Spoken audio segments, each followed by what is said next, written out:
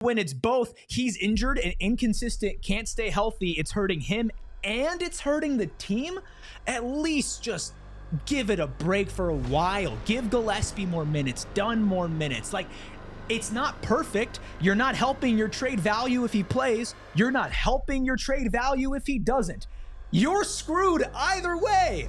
Let's dive into the topic that nobody wants to discuss because it's sad, but we need to.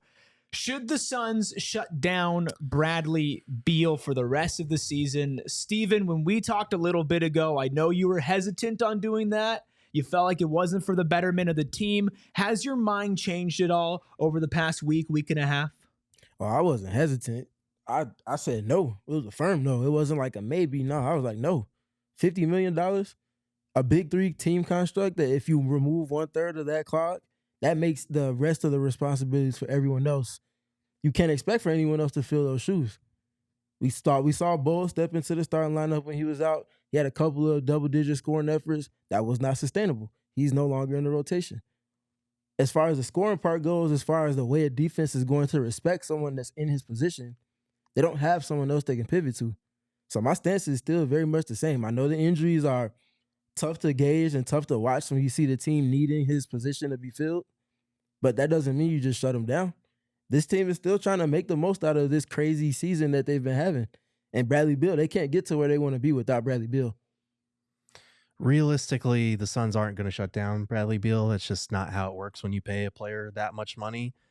I don't think that you as a team can really find a way to justify doing that. You can have Mike Budenholzer bench him or play him less minutes because we can't beat around the bush. Like the Suns' net rating with Bradley Beal on the court this season is a -7.8. That is the worst on the team. Their net rating when he is off the court is a +2.7. That is the best on the team, and that's the only player on the team who has an off-court net rating that is in the positives. The Suns have been 10.5 points per 100 possessions better when Bradley Beal is not on the court. And I think there's a lot of noise with that number because of the fluctuating role, the fact that they added a point guard into the starting lineup, which then put him fourth in the pecking order, and the fact that he is kind of miscast as a defensive stopper or has been for most of the season with the starting group. But with that being said, like the Suns have been better when he's not playing. So I think if you're the Suns and he's nursing an injury, you let him nurse it and you see what you do without him. And if you continue to struggle, if you have problems putting up enough points or whatever, then you adjust course. But I don't think a team in NBA history that has been outside of teams that are like purposefully taking have gone to a player that's that high paid, that's one of the quote unquote stars on your team, and said, we're shutting you down because we're trying to win games. That just doesn't happen in the league. Yeah, it doesn't happen. And I get it, but I just feel the opposite way where if the conversation is, do you shut down a player? And the first thing that pops into mind is what he gets paid. And then the follow-up is, well, look at all this proof that they're worse with him.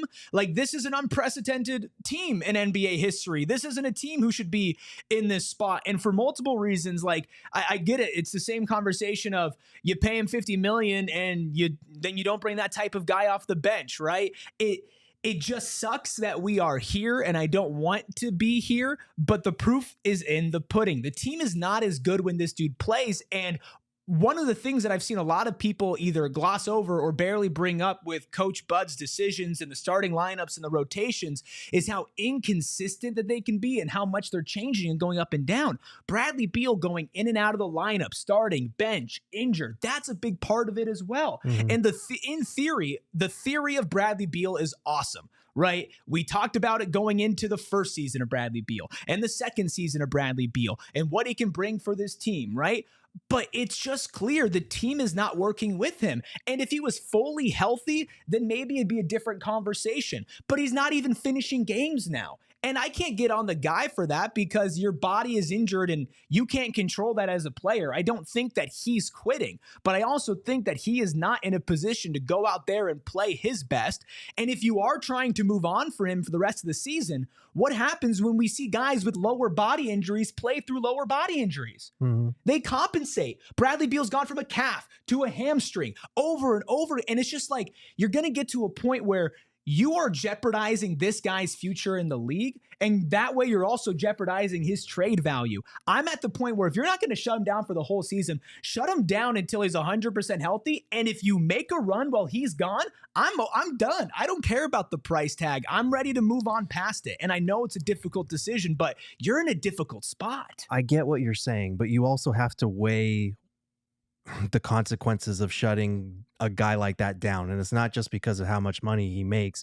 It's because any sliver of hope that you have of trading him this summer goes bye-bye. If you shut him down and A, you play better, or B, he's upset with your decision and makes a big public stink about it.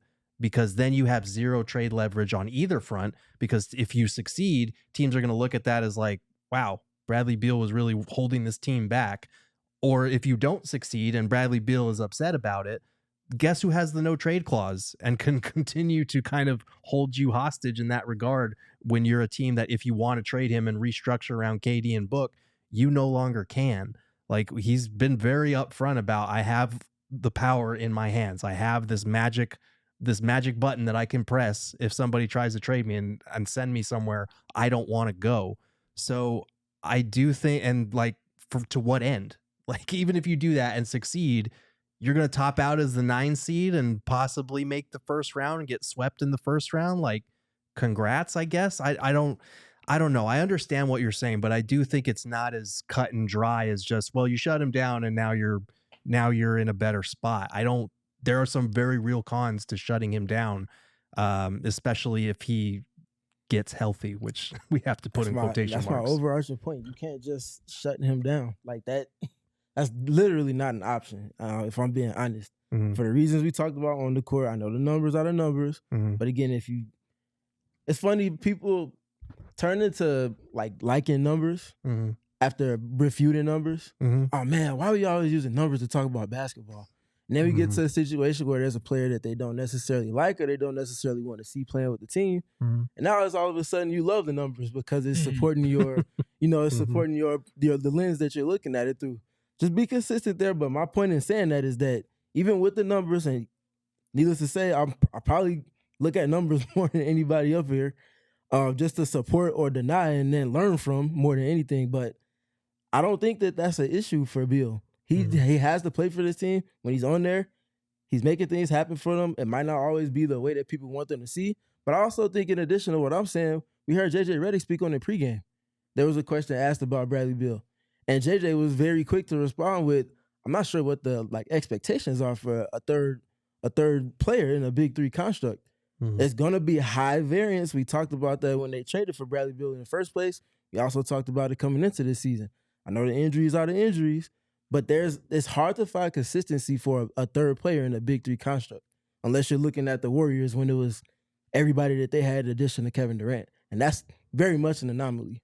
Okay, sure. And listen, I've sat up here and I've taken bullets for Bradley Beal, man. Like, when he was playing earlier this season, I've sat here, I've looked dead in this camera, and I've said Bradley Beal is a valuable basketball player, and people are being too harsh on him for the situation, for what he's being put into. And so I understand that completely. I think the injuries are the main thing right now. The money, the contributions on the court, those don't match, and those are kind of anecdotes to this, but he doesn't play consistently either. Like, why are you having this guy who every single time on the injury report is, oh, he's questionable, or, oh, he popped up today with calf tightness, oh, we're going to see how he is? Like, most teams would just let that guy sit out and heal anyway. If it was Devin Booker, I'd be asking for this guy to sit down because I don't want him to push it, and he's had a history of injuries in the lower body, especially the hamstring.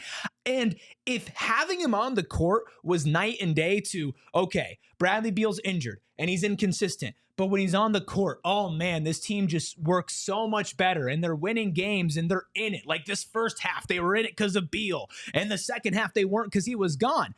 Then you push it because you're at a point where, hey, we're trying to make the 10th seed. We're trying to save this disaster season as much as we can right now, and we need Bradley Beal to do that.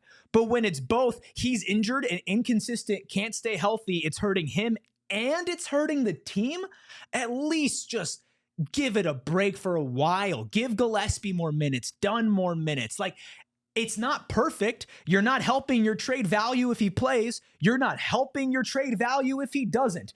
You're screwed either way. So try to do the thing that I you don't are disagree screwed with that. either way. I disagree bro. with that. If he is out there playing, you can at least point to individual numbers and say he was the third option and he still averaged 18, 19 a game on good shooting splits. His individual numbers and what the team is when he's on the court, a lot of people don't look at that actual number when they're thinking about trading for a player. They just look at what this player can do individually, and they say, well, Phoenix was a dumpster fire across the board. Maybe we can be the one. If we trade for Bradley Beal and they give us a first-round pick in return for it, maybe we can talk ourselves into that, especially if you're a bad team. Like we heard Washington and Atlanta, for whatever reason, were interested in him at the trade deadline.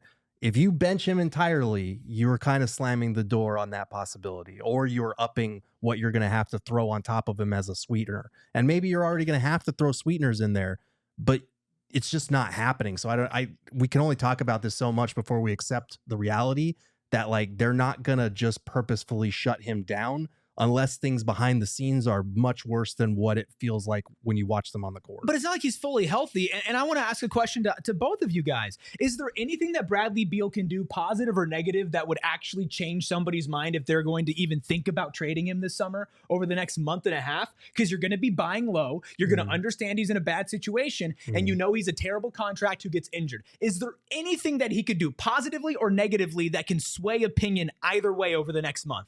It's not about swaying opinion. It's about swaying the degree of that opinion in terms of what you're going to have to throw on top of him to get him out of that contract and potentially shut down a suitor or not. Like if Atlanta's looking, I have no idea why Atlanta was one of the reported teams that was considering trading for him.